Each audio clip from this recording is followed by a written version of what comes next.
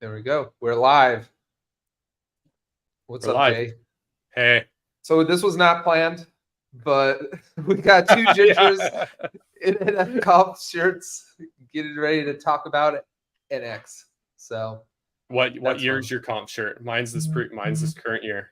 Mine is not current year. I No. believe this one must be from the remote one they did. I'm Oh guessing yeah. it's 2020.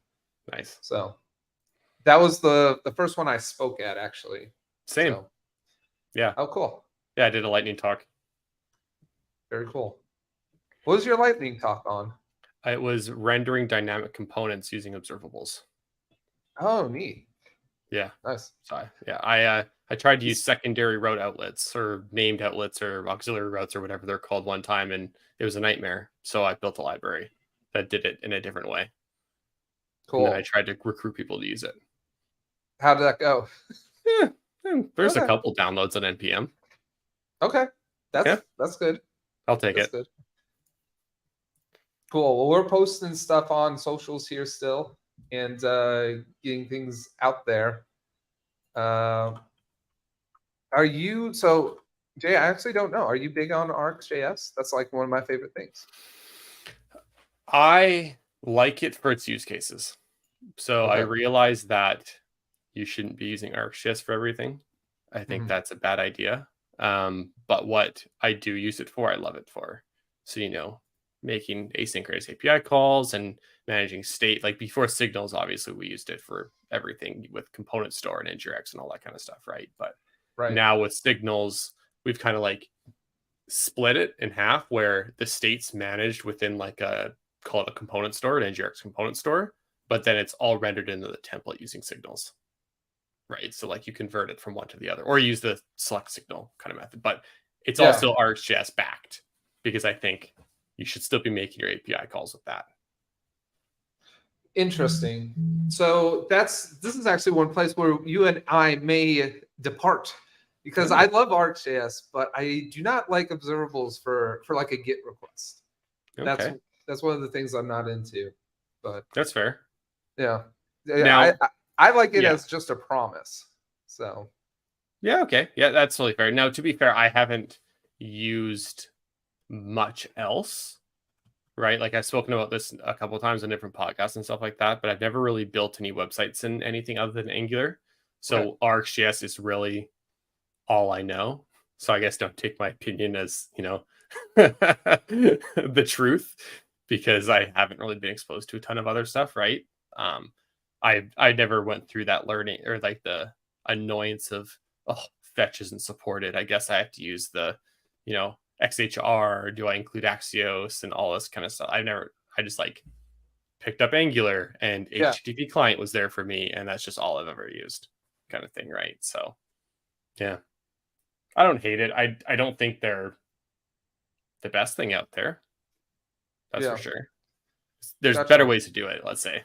Yeah. There's easier ways to do a lot of things than with ArcGIS. Yeah, that's true. I just feel like for those kinds of call and response kind of communications, this is why I use a promise, because I think an observable that like has a start, which is when you subscribe, and then it has one emission and immediately completes on it, like that's pretty much a promise at that point. Like, absolutely it is. So yeah, and I like async await is really, really nice. Yes. Async functions are really, really nice, and I actually so these things actually work really well with ArcGIS as well. Where if you just have like a switch map, you can just switch map to an async function there, and it works pretty good. It works really good, I think. Yeah, you can return promises inside of a switch map, and it'll switch. It'll flatten completely correctly. Yeah. We use Nest.js on our backend, right? Nest has ArcGIS integrated into it, right? But we use a total of 0 ArcGIS on our backend. It's all async await because that makes so much sense to me, because I feel like so backend stuff, it's almost like for the most part on the back end, everything follows a very expected sequence of events. So async await is like perfect for that, because you know you're always going to get the request, and you're always going to go get this piece of data. You're going to combine it this way, then you're going to do that, then you're going to do that, and then it's done.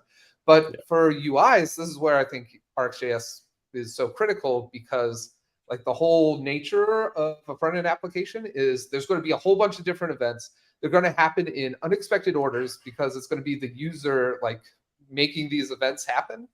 And so that's where RxJS becomes super important. It feels absolutely.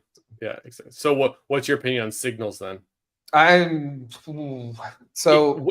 the context of all of the frameworks that have signals, I should say, just like Angular, because Angular's one of the later ones to have acquired them, I guess, if you want to put it that way.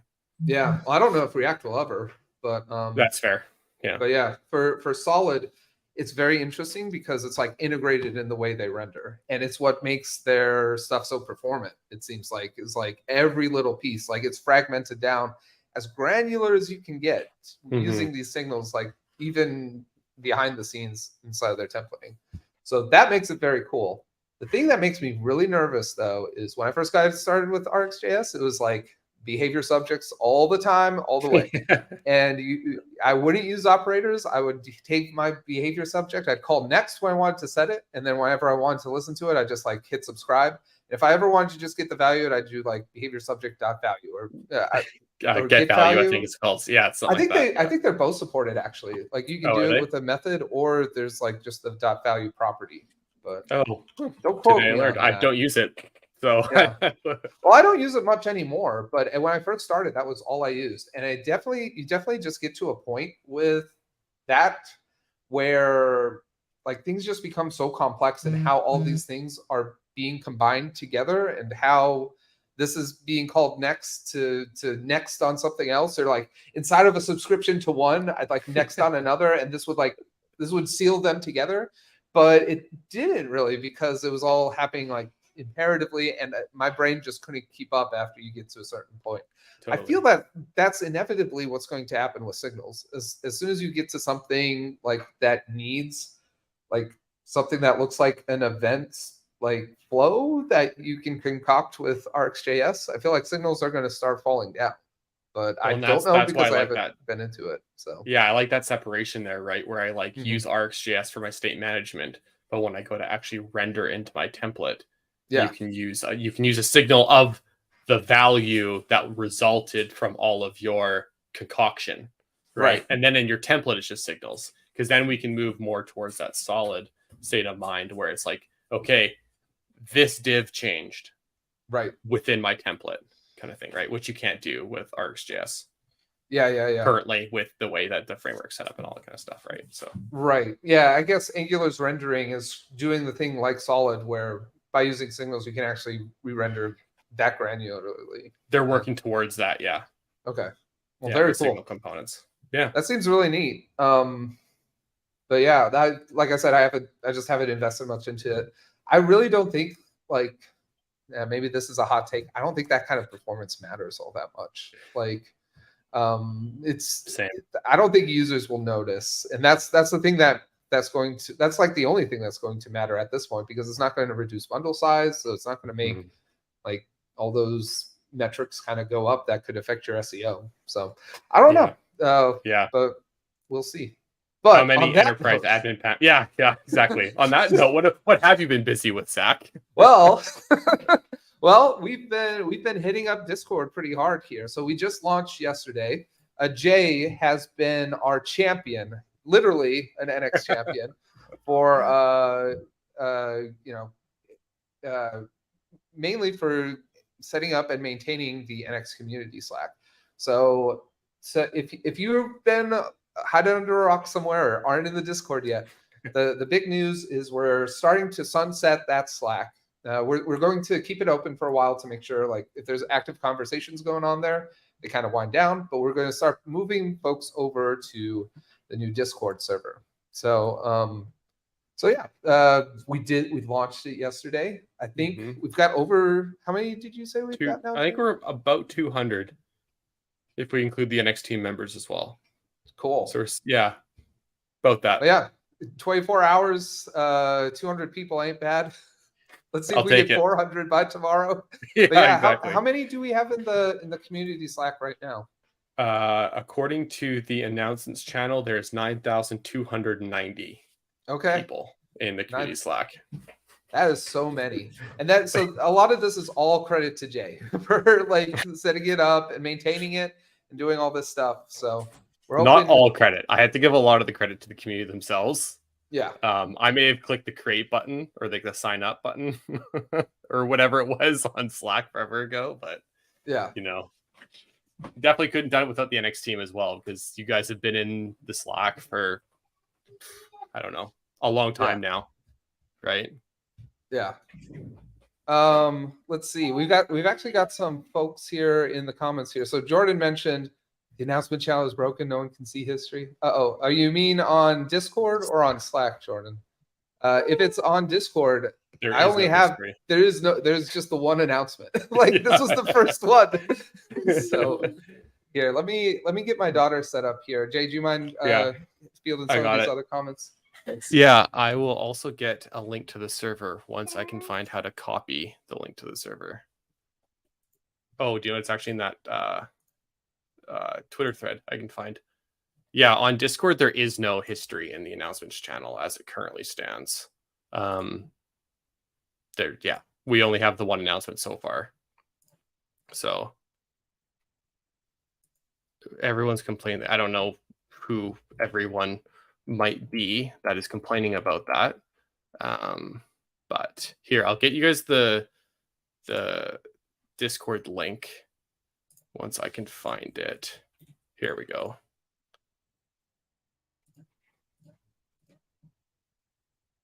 Oh, I'll have to get Zach to post it when he gets back, as he's the one that's logged in here. Hey everyone. Bill, we can't see the announcement either. I'm not sure what announcements you guys are referring to be completely honest with you. Yeah, let's do this. Am I back on? Can you all hear me? Yeah, you're back on. I can't share the link in the chat because I'm not logged in right now. So I'll let you do that. Let me just show Discord just so I can see. Maybe we can debug this live. Yeah. Okay. Sounds all right, good. here we go. Let's see. So we're gonna share screen, and here we go. You can find the link copy on the top left corner. Yeah. I have the link on my clipboard. I just can't post in the comments for whatever reason right now. I'll let Zach do it. And then Jay's just a guest, unfortunately. Yeah. But yeah, here we go. So this is what I'm seeing. Can I make Discord bigger? Yes, I can. Beautiful. That is also what I see. Can you guys not see that? I'm curious. We may have settings set wrong here. The announcements channel at all. Maybe when we clicked start on the event and they got a notification, but this channel's locked or something. Maybe. I'm not sure. Okay, so it's people empty. Can't see it. I see. Okay. Let's see we're fixing things live. It's not marked as a private channel. I can see that. Mm-hmm. Let's see. Oh yeah. Okay, so when we click start, there must have been when you posted it in there, it would have been like there's a new message, but no one can actually see the message. Interesting.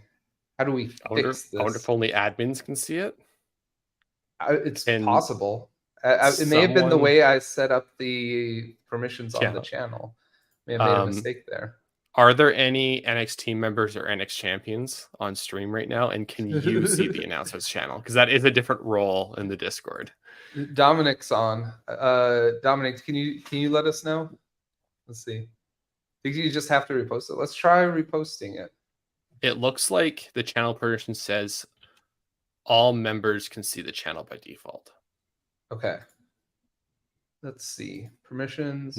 No, Jordan, we just posted it like 5 minutes ago.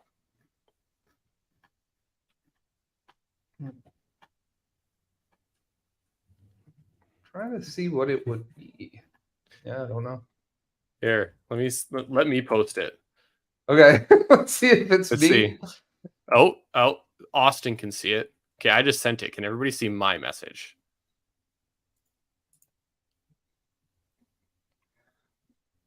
Can you see my message, Zach? Let me see. Looks like people can see mine. Why? Why? Okay. It was posted too quickly. Yeah, maybe. This channel's existed the whole time the Discord's been around, though, right? I know. I'm confused. I'm also curious. Do y'all see this happening now up in the top left too? But yeah, okay. So I think looks we're like good. it's working. I don't know what I did that was different than Jay. But yeah, You want to share cool. the Discord link in the chat for the people Yeah, that let's aren't do yet in that. there? Let me hide this down before I expose any of the secrets or anything like that. But let's create a link, invite people. There we go. So I'm going to drop this in the chat here. Cool. So if you want it, if you're watching and you're not already on the Discord, use this and come join the fun.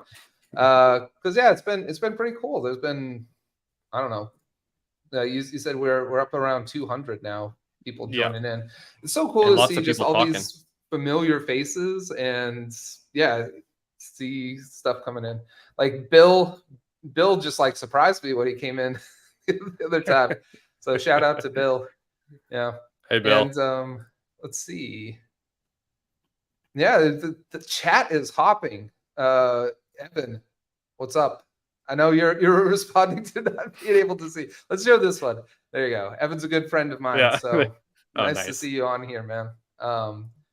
So Evan has done one of the things we've looked at in the past with Evan was a project that he was working on. So do you play Dungeons and Dragons, Jay? I have played Dungeons and Dragons. I'm more of a Magic the Gathering player myself. Okay. So cool. Same realm, but different game. Yeah, I'm more of like a World of Warcraft guy myself too. But I can't do it anymore. That it ruined my life like a decade ago. I know I don't play anymore. But yeah, I can't. I just can't. Cool. Well, yeah. So Evan's got this awesome tool for like for dungeon masters to like remember everything about your campaign. So you can create characters and create events and create all these kinds of things. It's like it's pretty much like a note keeping app, but specifically for Dungeons and Dragons. So yeah, nice. Bill is very surprising. Attila, what's up? Welcome. Thanks for coming by. So Jordan, you mentioned this before too, and this is something that we wanted to bring up. We've actually been working on, like the team has been working on better support for the plugin community. Most of this has been around nx.dev. So like one of the things we're doing is making sure that like there's some indicators. Like before we just had some registry. Here's all the plugins. Here's all the community plugins that are out there. Now we've got this idea of, what versions are supported, how many downloads does it have? Those kinds of things are on the registry now. So we're working on trying to get that better. I definitely do want to have this as an option. Like I don't want to force people who are already maintaining a plugin to now also do a Discord channel, but this is definitely something we want to have open if they want to. So hopefully I haven't been able to talk to Teen, but he's one of our more prolific plugin authors. Hopefully he'll be getting in the Discord soon. We could have, that part of the experience as well, because there's a lot of awesome value in a lot of these plugins. So love to have the community plugged into those as well. Yeah. So absolutely. Yeah. Sander, welcome. We got so many people here. Mark is one of the engineers working on NX Cloud right now. So nice to see you, Mark. Unobraid. Funny that you guys mentioned D&D and Discord here. I first set my foot in programming, created a Discord bot for RPG server. That's awesome. Yeah. So one of the interesting things I've been enjoying, like getting the Discord set up, is playing around with Discord bots. We haven't launched any yet, but there's something we've been working on. I think we may really need to deploy it, just because like when I look at general, the conversation's meandering, which is fine. Like we're getting started. There's a lot of people that are excited to see it. And let me share my screen again. Yeah, everyone's just telling me about how.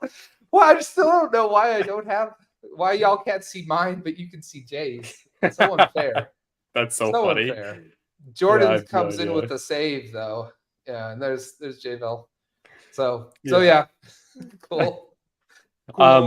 So what is the bot?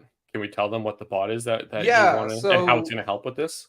Yeah, so the bot that we have, we're still figuring out, how we're going to roll it out. But one of the main feature that it has is it's going to give anyone with like the champion or team member or admin role the ability to just take a conversation and like identify any replies to that message and anything in all the threads, and we're going to kind of vacuum them up and put them into the forums. And we're also going to tag everyone that was involved in those conversations so that they can just be like, hey, we just moved the conversation over here. So we're figuring out where we're going to host the bot, a few other things around that, but hopefully this will make it so that general just doesn't get so cluttered. And we also really want like the forum feature of Discord was one of the things that attracted me most to it, just because we wanted to build up this sort of knowledge base that the community can take advantage of. And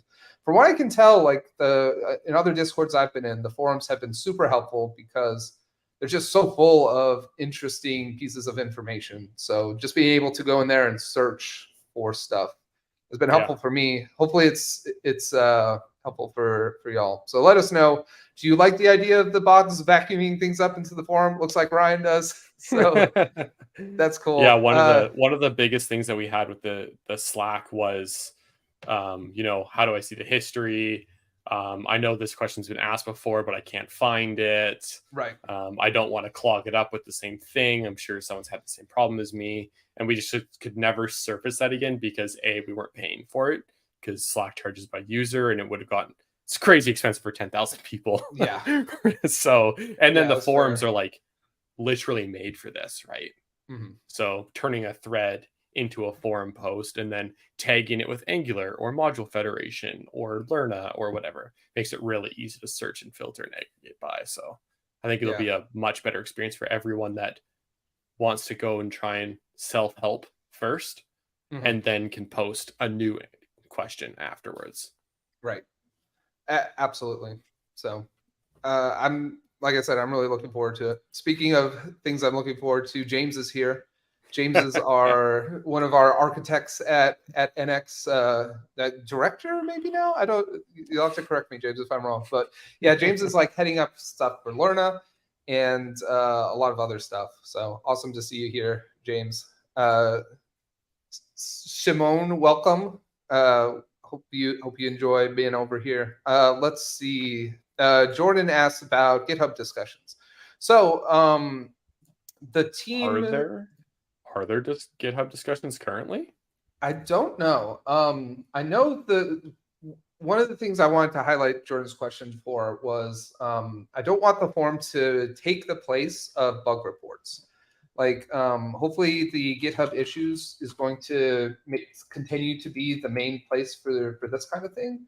Hopefully the forums will be more along the lines of place for discussion and helping people figure out how to use NX who maybe aren't as familiar yet. So bugs still go in GitHub. In terms of like the GitHub discussions, it looks like we've got some in here.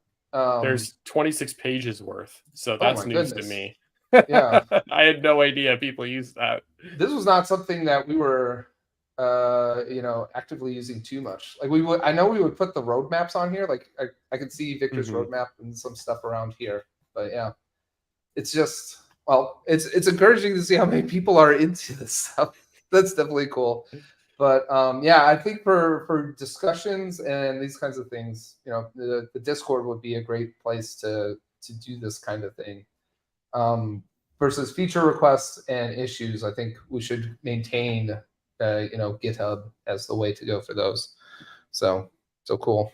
Let's keep going down the lines. Oh, there we go. James title is the regional manager. Yeah. James is our Dwight, I guess. And I guess Michael Scott is Victor. Yeah.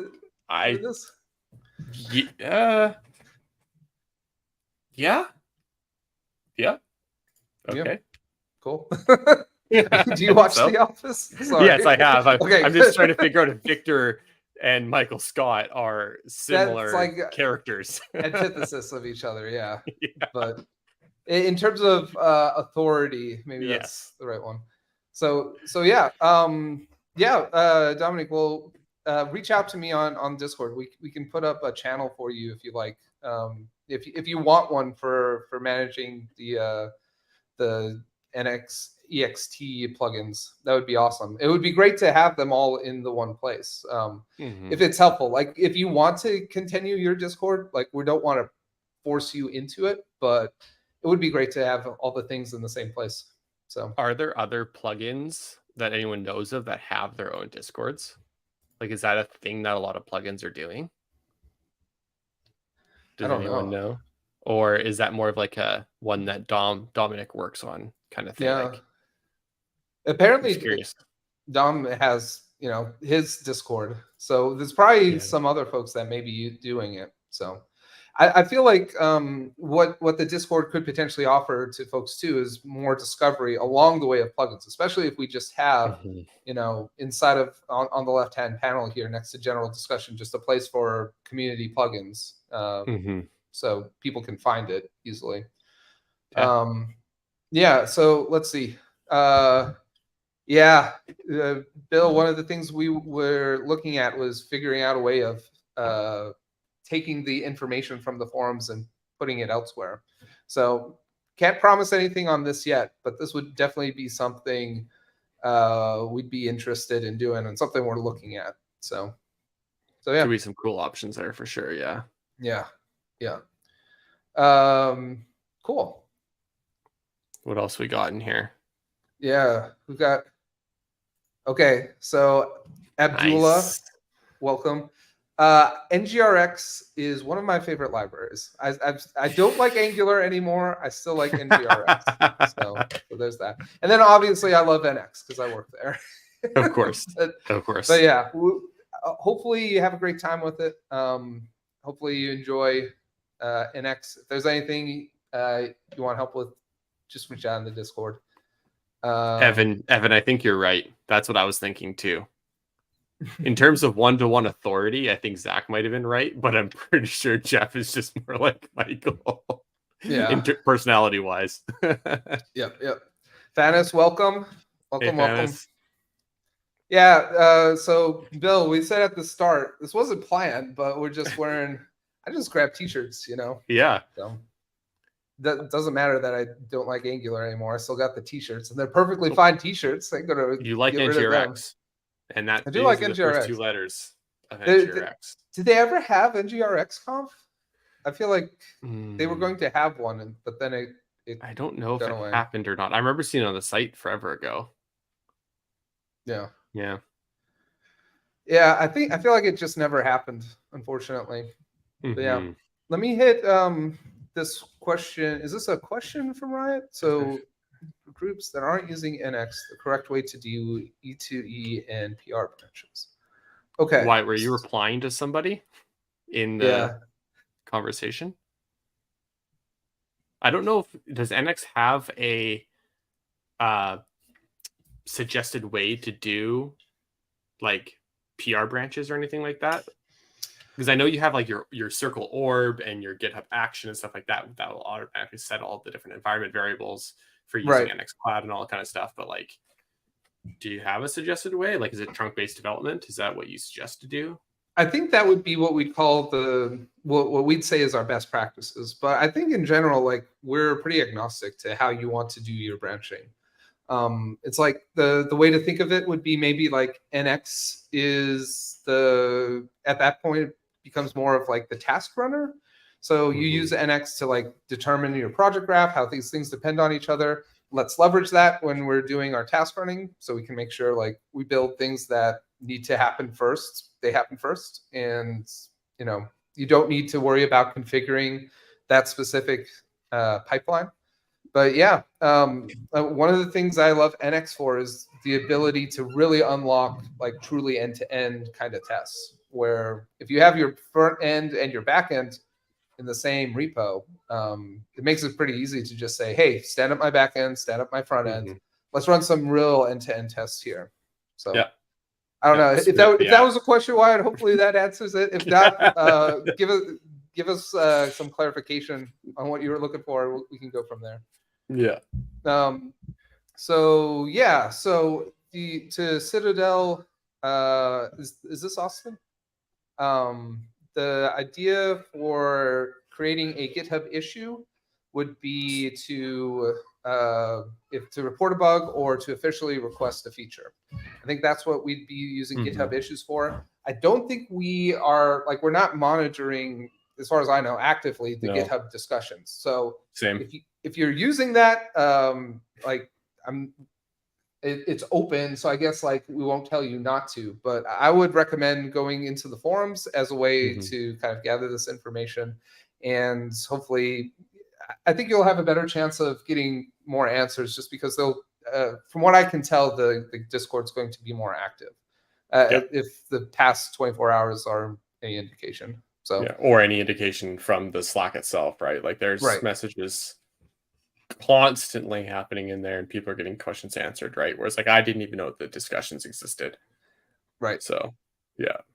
Cool. But yeah, so just to recap, bugs, feature requests, GitHub, anything else, I think forum post would be the goal. So so coming back to why our apps affect all apps, so we have to deploy everything. So so Wyatt, the idea for what you'd be doing with NX would be if you had a list of projects, you can tell which apps depend on which project. So in the case where you had an application that only happened to depend on one of these projects that you had changed, the idea would be, well, hey, NX can see that this only affected that one. So hopefully you wouldn't have to deploy everything, even if they did depend on each other, in the sense of this app talks to this app. If you're just making a CSS change, for example, you don't need to redeploy your backend for that. So that would be kind of the goal there. So Austin, what's up? Austin's another one of our maintainers there for Lerna. So welcome, nice. sir. Then let's see. Yeah. Victor, use forum posts. No. We're not forcing anyone to do anything here. But yeah. Okay, cool. So we have affected apps and deploy each one separately instead. Okay, cool. Well, it sounds like you're doing if you're using affected, that's probably a better way, especially for deploying, to filter out some things. Because there's two kind of ways of filtering out task running in NX. One is the affected command, which it sounds like you're using. The other one is to leverage caching. But especially when it comes to deploying, I think affected is the better option here, just because if you actually use the task caching to skip your deploy, you do skip it, but if you look at your logs, we actually purposely replay those logs, because that's kind of the idea of task caching, is well, what happened inside this build? We want to replay actually the terminal output of that. So you might get really confused and think, looking at the terminal, I've done this before, at least, so I wanted to mention that. But yeah, if you just use task caching, you're going to see the logs as if the thing had actually deployed, and you might get really confused. So yeah, we don't cache our deploy targets.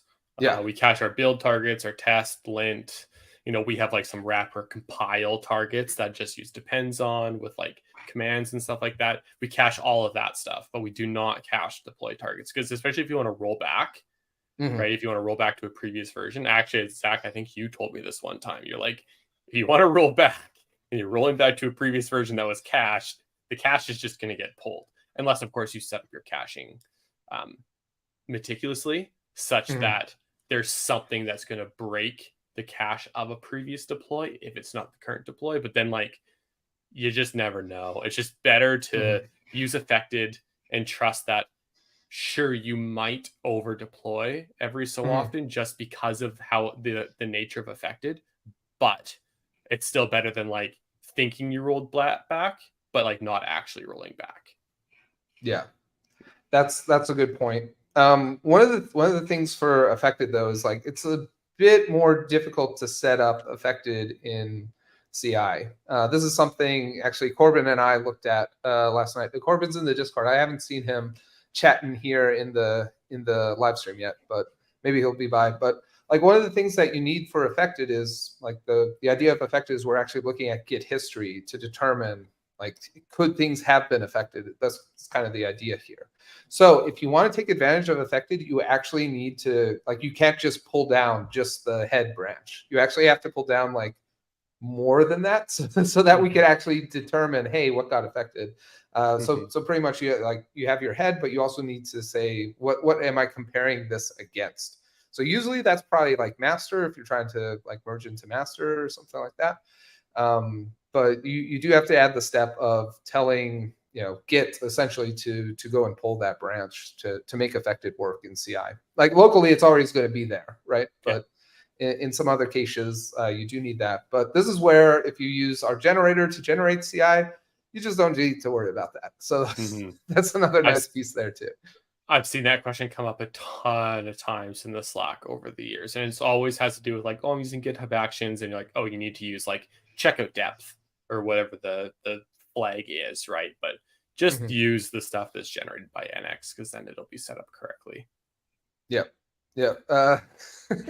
I've been through this too, Bill. Setting up affected under CI, the first time it involved a lot of personal growth. Yeah. You need to understand what's going on. These are the kinds of things though that I actually don't mind because I actually learn a good bit from it. Like hopefully now that we have the generators for just getting the stuff set up for you, that makes that a little bit easier. But grokking kind of what's going on with the different commands, at least I think I might generalize that statement a little bit and say DevOps all the times involves a lot of personal growth. Oh yeah. Like and so much patience too. It's like I feel like if I were to go full time on DevOps, I'd be a very virtuous person by the time I get through it all. Yeah. Like, very patient. Yeah. Nothing else in my life is as like DevOps, let's say. Yeah. Sounds good. Yeah, so Ben's a high-ranking member of NX. He's responsible for so much like NX.dev, whole bunch of stuff with NX Cloud, all this other stuff. But yeah, so clearing up for Discord or GitHub discussions. We definitely use that to talk about new roadmaps. But yeah, like we were saying, we don't have anyone actively looking at GitHub discussions on the team. I did want to highlight what Jordan said. We should look into this for sure if this is happening, where we're converting GitHub issues to discussions and then ignoring them, because we should not do that. We should definitely not be doing that. So I've never heard of that happening, but yeah, I'll bring this up internally just to make sure that's not happening. I'll let y'all know what's going on with that. But yeah, hopefully we can get that cleared up. So to Yadiel, welcome again, Yadiel. I believe you were here last time. I believe we saw each other at React Rally. So welcome back. But to post questions, the thing we'd love for most people to leverage is the forum. Because like we were just talking, we'd love to build that up into a really good knowledge base for the community to have and to take advantage of. So there's a lot of people posting stuff in general right now. That's fine. We're working on a bot to actually vacuum up a bunch of stuff and put them into the forums for that purpose. So yeah, that's where you should do it. Use the forum as much as you can. Don't be skittish about talking in general, though. We'll figure it out. As things get bigger, we'll have to be maybe a little more disciplined and like moving people over or something like that. But yeah, we'll figure it out. And CFXT Bogard, welcome. I don't recognize your avatar. I feel like I should, but I don't. But yeah, welcome. Hope you're enjoying the stream. Stream Overlay Pro. This is a veteran of our live streams here. Yeah, awesome, man. I'm glad you're enjoying the Discord, and yeah, glad NX has helped you out. So yeah,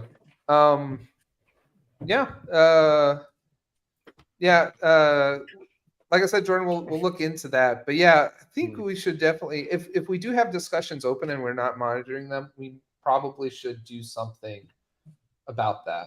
So yeah, just ask them to move into Discord or something like that, or whatever it is. Yeah, just so they don't get forgotten about. We don't want anybody to be left hanging. Gotcha. Cool. Yeah, and it looks like I was right. I remembered. So awesome, Nice. man. Awesome. Nice. Oh, Josh Van Allen's JVA. here. The well, you're not the Angular magician anymore, right? You're like, are you the The Vue View magician magician. now? He's Or the View magician. Yeah. okay. Apparently, or so self-claimed View magician anyway. I've never seen a magic trick from JVA actually, but I've heard that you can do them. Yeah. Oh man, last year's NGConf was awesome. He bamboozled us like 3 different times on stage. It was so good. Nice. It sounds like he's not relocating. He's just going up the tree a little bit. Gotcha. So, wise move, JVA. So cool. But yeah, wanted to definitely keep things open for questions. If y'all have any questions about Discord, any suggestions, any recommendations, anything like that, let's keep it going. But yeah, Jay, maybe you could talk about a little bit more the history of the community Slack, how that got started. Yeah, so back in I want to say it was late 2018, early 2019 when we started using NX.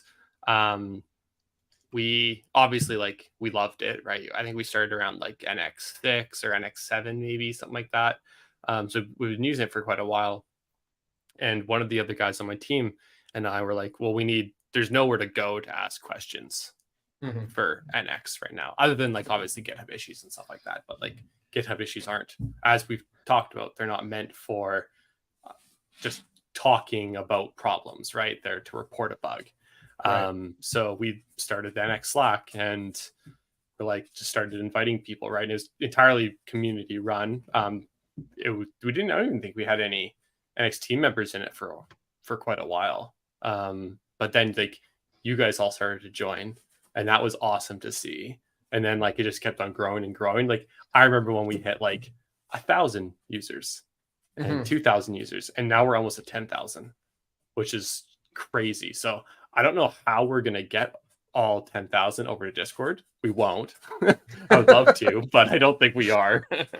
Yeah, but we'll see. We should have a party when we hit 10,000 on Discord, because we'll have overtaken the Slack at that point. And but it's been super awesome to see it grow and be a part of the growth of the tool. Get a talk to the NX team just in Slack, like casually, right? And learn from all of you guys and learn from all of the community members as well, right? Like I'm not just there as like a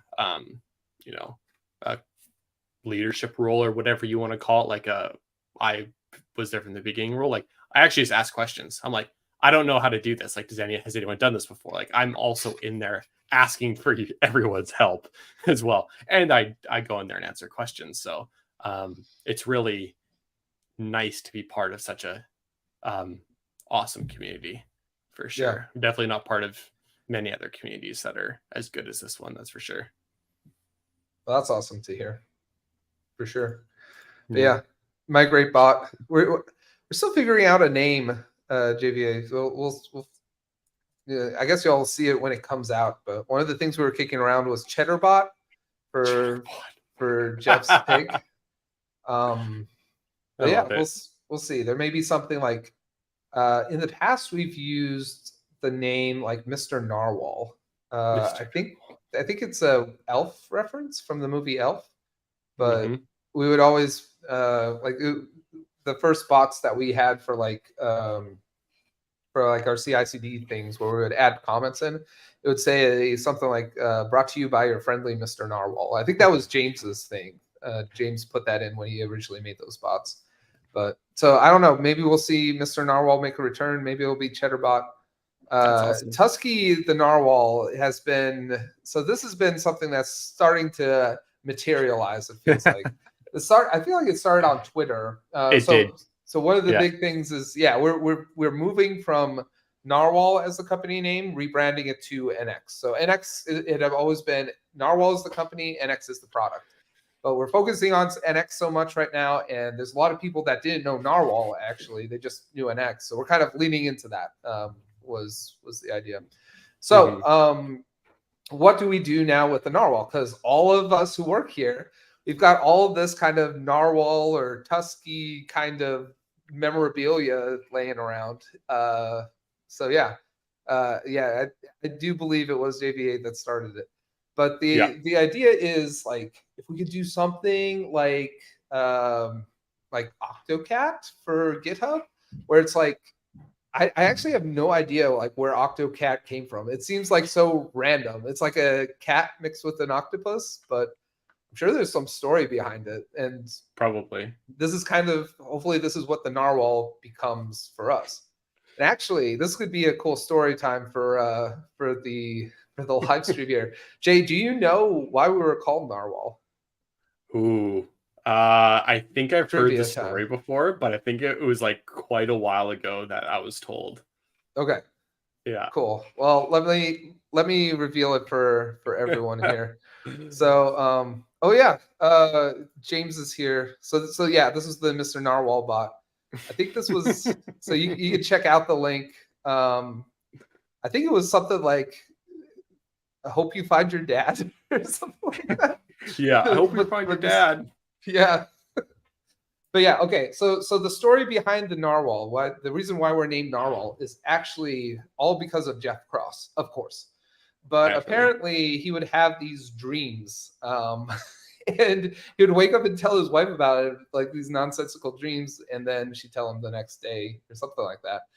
But if you look at it, one of the original Angular releases, they would call them like adjective noun, and they named one prophetic narwhal because of a dream that Jeff had about a prophetic narwhal, I guess. So that's always kind of stuck, just like the randomness of it, and that's where the name of the company came from. So that's where narwhals come from. That's So- amazing. So yeah, thanks, Mr. Yeah, Will Ferrell as Elf says, "Thanks, Mr. Narwhal. Bye." And then the narwhal goes, "Hope you find your vote." dad. Yeah. We So, have a mascot at Trellis called Leafy. So remember Clippy from like the old Yes. Microsoft Word days? So Yeah. we have Leafy, and Leafy is a green leaf like the Trellis logo that's standing with some arms on a sheet of paper with like a face. And we have inserted an SVG of Leafy like randomly throughout our product in like little hidden interesting. places and stuff like that. So yeah, we have a fun little mascot as well. That's cool. It was completely a joke from a designer like 4 years ago. Like he made it as a joke, and like Yeah. me and the other devs just like latched onto it. Yeah. Did you I ever just watch kept- the HBO show Silicon Valley? I've seen the first couple seasons. Oh, of it. okay. I haven't watched all of it though. Okay. Later on, they have a mascot named Pipey. Pipey. Because for their Pied Piper, but it's like it's Clippy essentially. Yeah. But it's a pipe instead. That was weird. Clippy will be memed until the end of time for sure. Yeah. Well, this is an important part of computer history. Like that was I don't know, like this first attempt at some weird AI general help, which was Yeah, AGI, right? Like, Clippy was AGI. Convinced me I'm wrong. Sure. Sure. Yeah, mascots are important. So yeah, maybe it'll be Mr. Narwhal. I really like Mr. Narwhal just because of the legacy of it. Tusky the Narwhal is kind of the new interaction of this. Oh, Bill, I have not heard this story. You'll have to let us know which release. Accidental high Q. Oh, nice. Okay. 1.3.0 beta 8. You remembered. That's awesome. I I wish we did remember stuff like that. that still. Yeah. Mr. Narwhal, yeah, I like the idea of that a lot. So we'll have to let our Narwhal mascot kind of solidify and take shape. But yeah, we'll leave it at that. But yeah, folks, let us know in the chat if y'all have any questions here. Maybe we missed some here too. Let me see.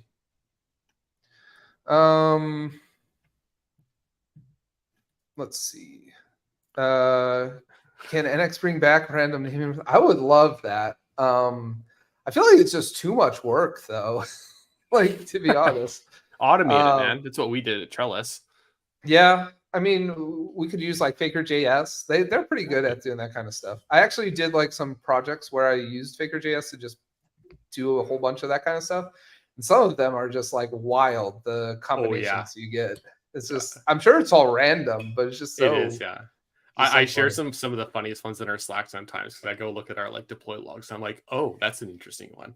Every so often, you'll run into either a word where I'm like, oh, I need to add this to a block list, or you run into a word that actually causes issues with the CLI because it's like a reserved word in Bash or whatever. And I'm like, why did this deploy fail? This makes no sense. Like this deploy should have worked, or like this build should have worked.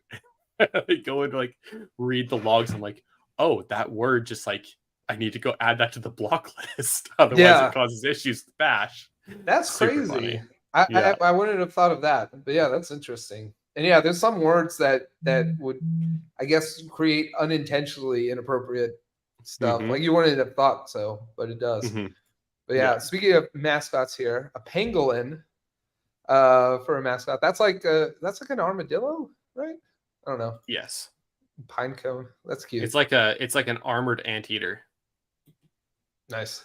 This would be actually a really cool idea. So one of the things I was surprised by, because someone asked about this in Discord. I'm not super familiar with Discord, just to be clear, but I would have expected there to be like a native poll kind of functionality, and there's not. So yeah, I'm sure we can figure something out, especially if we're like at the point where we're making our own bot here. So we can definitely do something like this, but we'll see. There could be a locked polls channel, right, that only admins can post in, and then we just say like react with whatever, like 1, 2, 3, or 4 emoji kind of thing, right? Yeah. We could try to do something like that. I can't promise we're going to do this to the releases. I would think it would be a cool idea, but I don't think that's probably on our priority list, unfortunately, because like the team is churning out so much stuff. We actually just had a meeting earlier today just to look at everything that we've done this last iteration, and oh man, it's just so chock full. And I'm like, it's my job to know all these things, and I didn't have full insight into all of them just because the team's going so much stuff coming out. It's crazy. Yeah. So yeah, so I guess we do have something similar to this for our organizations on NX Cloud. So that's cool. Yeah, I remember that, Ben, actually. I remember that coming up. So yeah, that's interesting. So Falso. Oh, okay. I know Faker had this really weird thing with it where like one of the versions got like co-opted or something like that to malware. The maintainer was like, screw it, if you guys are just gonna use my stuff and not support me, I'm just gonna delete the library. And they deleted all the code, like force pushed to commit 0 kind of thing. Wow. Published a version that had no functionality. Yeah. And just like destroyed everything. Interesting. That's nuts. And then some people took and forked the versions that they would have had cloned or something like that, and went and published what's now used as Faker. It's like Faker.js is the new version or whatever it is. Yeah. But that was like, people got the Git history because you couldn't get it from GitHub anymore. Right. There was no Git history on GitHub or something like that. Right. Yeah, that's interesting. I remember Fireship had something about like what happened to Faker.js. I thought I remembered it differently, so I don't know. But maybe I'm misremembering it. It's a different package that did that. Somebody published a version with 0 functionality. Yeah. I think there was.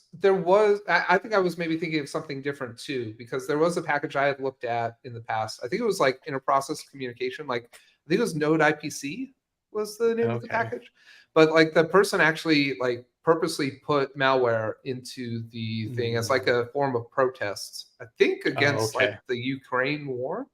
So another interesting thing there. Yeah. So that interesting stuff inside of open source. I think Lerna has some stuff in their past as well that's kind of similar. Before we inherited it. So sure. So Nathan, Jeff. Now I like where this is going. I feel like Jeff could definitely be bribed for this, but we'll see. Yeah. Our release names must contain an escape sequence at least 3 /. Yeah. Okay, so Mhm. NG Neat is doing Pulso. Oh, those Yeah, guys do it's so that much NG awesome also. stuff. I'm really It's impressed, to it's be honest. crazy how much stuff NG puts out. Yeah. Me and NG Neat accidentally released a state management library on the same day. Like, it was not planned Nice. at Was all. that But I Elf? think Was his Elf? yes, Yeah. theirs was Elf. Mine was named DRxJS. Mine didn't really go anywhere. I think it got up to like a couple hundred downloads, but I think now it's like down to 50. So like someone's using it, but I'm not sure who. so yeah, it is what it is. But yeah. Uh, some of the Angular packages has just happened recently. Just need the packages. Yep. And yeah, be mindful of post installs. It's the whole idea of like the open source chain, like how important it is, but also how like vulnerable that is between like post installs getting corrupted or just malware hidden in, or I think there's active like instances of keyloggers being installed inside of the source code, and miners being installed too. So it's kind of nuts, but Yeah. yeah, crazy stuff. It's wild how the supply chain can happen with open source stuff like I know. npm package managers and stuff like that. Yeah. Well, as you know, being at a company where we base our business off of open source, like we're betting really hard on it and how important it is.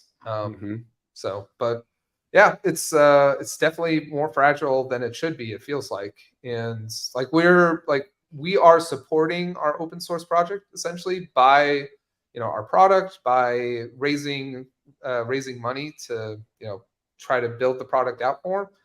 And like before that, we were supporting the open source project from like essentially spending most of our time doing consulting work. So like we had a way of funding that project, but for a lot of folks that are just maintaining because they built something cool or they inherited something, it definitely doesn't feel like they're getting compensated fairly for how important they are to that kind of stuff.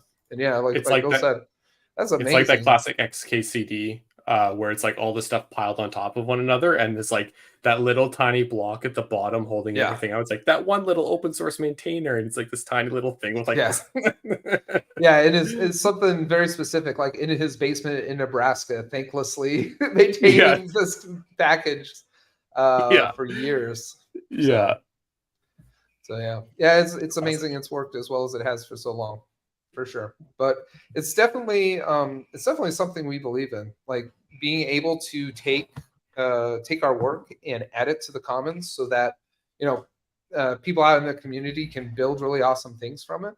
And especially for us, like I feel like NX is like you don't need NX to build an awesome project, but what NX will give you is take your awesome project and make it so that all of your effort and all of your focus can be on building the awesome project. And NX just makes it so that you get all these other tools very frictionlessly, and things like CI/CD you can set up very frictionlessly, and make it so you have a state-of-the-art repository without putting any effort, so that you can take all of your effort and all of your focus and put it into building something product really awesome, for your customers. So we're very proud of that. We're very proud of that legacy. We're looking forward to hopefully helping people do that for a long time to come. But yeah, speak of the devil, Brandon Roberts. Welcome, sir. Yeah. We said open source and he came running. Yeah. Well, that's awesome. But yeah, Brandon's doing analog these days, I think. So Brandon, you got like some funds from GitHub, I believe, to build that out some more. So that's really cool. But we're just talking about the different ways like this can get maintained and all that other kinds of stuff. So yeah, and is promise. I feel like I remember that one like vaguely. So yeah, or yeah. LPAD. LPAD? The LPAD fiasco. I don't remember that one. What is LPAD? I'm guessing it's LeftPad. Yeah, right? It's LeftPad. Yeah, and it's just a package that like it broke or they published a bad version or something, but like the transitive dependencies were like mind-bogglingly huge, because like everybody depended on LPAD, and then all the core libraries depended on LPAD, and then everything just like imploded pretty much. Yeah. It was like, oh god, how long ago was that? 8 years ago, 7 years ago? I don't know. Someone correct me. Maybe time doesn't mean anything to me. Yeah, But I feel like there was a Bill time, knows. especially with npm packages, where people were just into making packages. Like if you look, there's like an is odd and an is even package that still get like ridiculous amounts of downloads all the time. Yeah. So yeah. Oh, I wanted to highlight this. The same kind of thing. Yeah. Yeah. Yeah, but wanted to highlight this from Bill. So yeah, some of the bigger clients spend a lot of time and money on vetting and governance for open source software that they use. So yeah, that's cool that they're putting that those resources into it. I wonder, Bill, like I wish we'd see more of the bigger companies like fund people to work on open source and then kind of leave them alone. I know there's some companies out there that are doing that more, and that's awesome. So yeah.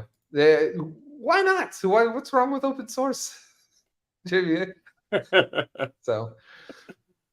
yeah. Say open source through time forever disappears. That does seem to track for sure. Brandon Roberts is the Beetlejuice of open source. Yeah. Yeah. So Jordan fell in love with NX back when you decided to help on the Storybook plugin. Yeah, that's awesome. I know Katerina has been working a lot on the Storybook stuff recently. And, I just did a video on that not so long ago with the new support for the interaction tests. Or I guess they call it interaction tests sometimes, or interactive tests some other times. But I'm very intrigued by that. Have you seen that by any chance, Jay? The what? Sorry. Stuff? So, are you familiar with Storybook? Do y'all use it at Trellis? We use Storybook at Trellis. It's fantastic. Cool. So good. Yeah. So one of the newer features is called interactive tests. Oh yeah, no, we haven't gotten there yet, but I really want to check it out because I know you can generate Cypress tests for your storybooks, but now that's Cypress. Now Storybook actually has their own set, like own library or whatever you want to call it, for actually running interactive tests on your storybook. So that's really cool. Yeah, exactly. So this was like one of the earlier things I worked on was that sort of integration between Storybook and Cypress, because a lot of folks were using Storybook to set up their component testing, or not component testing, but their component libraries, and we wanted to leverage that to say, hey, let's just use that for some this was way before. This is like 4 years ago. So this is way before like Cypress component tests were out or anything like that. So the idea was we'd essentially use Cypress and point it at Storybook as a way of isolating a component and saying, this is a test that's going to actually interact with the browser and with the DOM in order to test your component in isolation.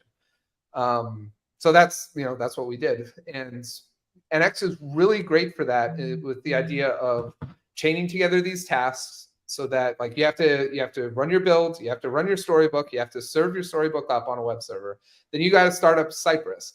And NX is really good at coordinating those tasks to make sure it all happens without having to think too much about it. And then NX really unlocked that before, but now all these things are kind of investing more into building those things up natively. So I think you can get a lot of the value without actually having to have Cypress in the picture, just from using Storybook and using their interactive testing right out of the box. So it can clean things up, and it can give you the same kind of value, I think. So I'm really excited about that, and for folks to get their hands on it. But it does lead to this problem, I think, that Bill is getting into. How I should decide among Cypress, Playwright, Storybook, and probably 17 other things. In general, so interactive tests, when I heard that at first, my first instinct was, oh, great, another adjective or another category of tests that people are going to feel like they have to do. Interactive, unit, end-to-end. Integration. Integration. I saw another one on Twitter, the contract testing, like No, interaction tests aren't a new type, like a new class of tests. They're Yeah. more of just like end-to-end testing your storybooks. Yeah. I actually think like the categories aren't that helpful, to be honest. But yeah. Yeah, like Jordan said, like Storybook's main purpose is like, well, it's to create this UI kit. It's also great for serving these components up in isolation, so you can isolate these things. And so it's got all these use cases. And for like discoverability of like what y'all have and documentation, all these other stuff. That's where Storybook shines for me. Yeah. Adding the ability to add tests onto that is like a cool feature on top. But yeah, versus Cypress and Playwright, Cypress and Playwright very much occupy the same space where they're trying to be end-to-end tests. So yeah. Yeah, we dev all of our components using Storybook before Yeah. we actually put them into the app itself. So it's really? really awesome. Yeah. So we'll go and build the component, and it's like live reloading on like our Storybook UI, and we're like building it out, and then we go and insert it afterwards. That's really interesting.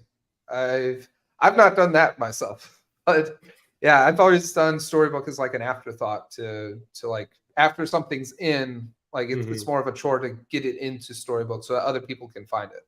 So like sort of like the necessary thing.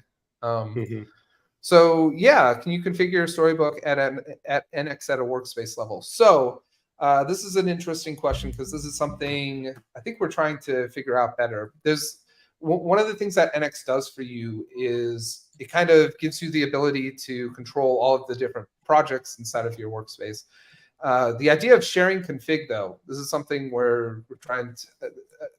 I've seen more people try to do better. Where like one of the things NX would be a good tool for is being able to have very granular config for each different project. And the idea here was each team, like in larger enterprises, a team's going to own a project most likely, and they may have different requirements than others.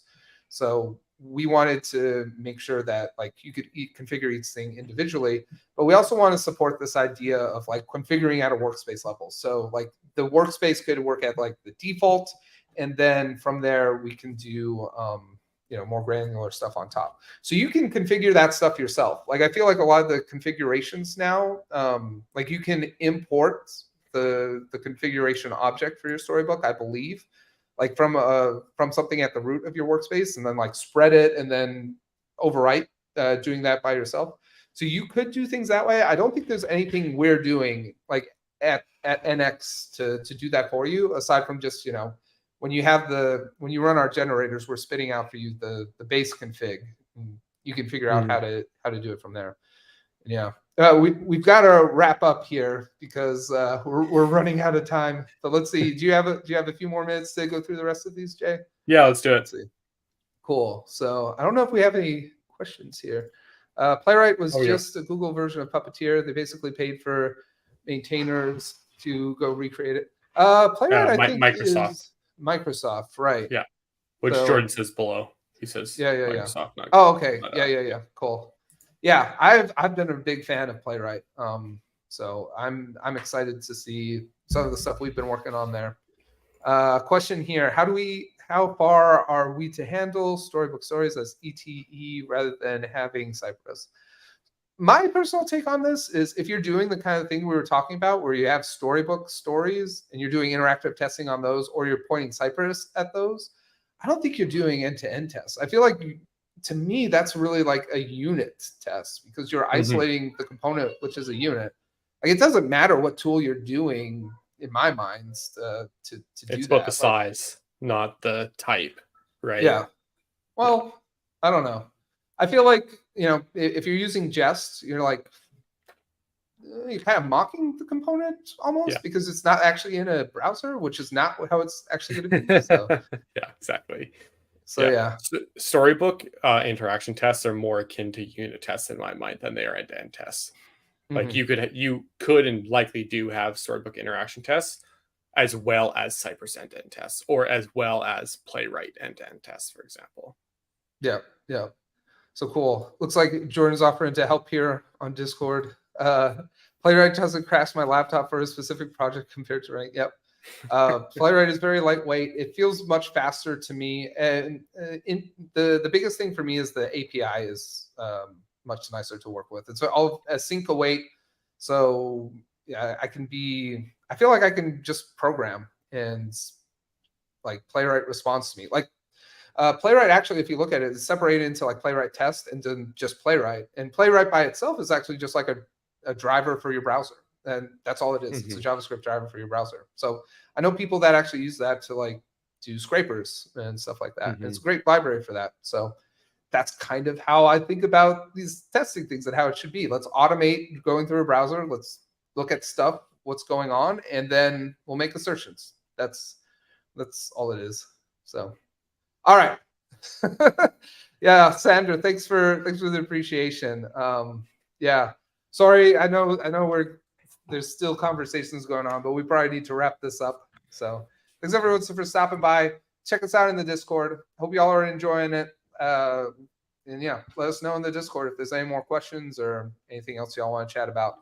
We'll take it from there. Jay, thanks so much again for everything you do. Like you said, you grew that community Slack to 9,000 people, over 9,000 people, almost to 10,000.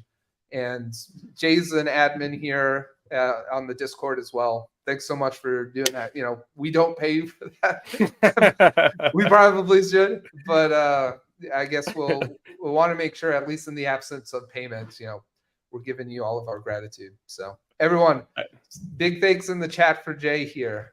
And yeah. Thanks a lot, Zach. Thanks everyone for coming today. It was really awesome getting to chat with you guys. And I hope we all enjoy using Discord to grow our community even more. 100%. All right. Catch y'all later.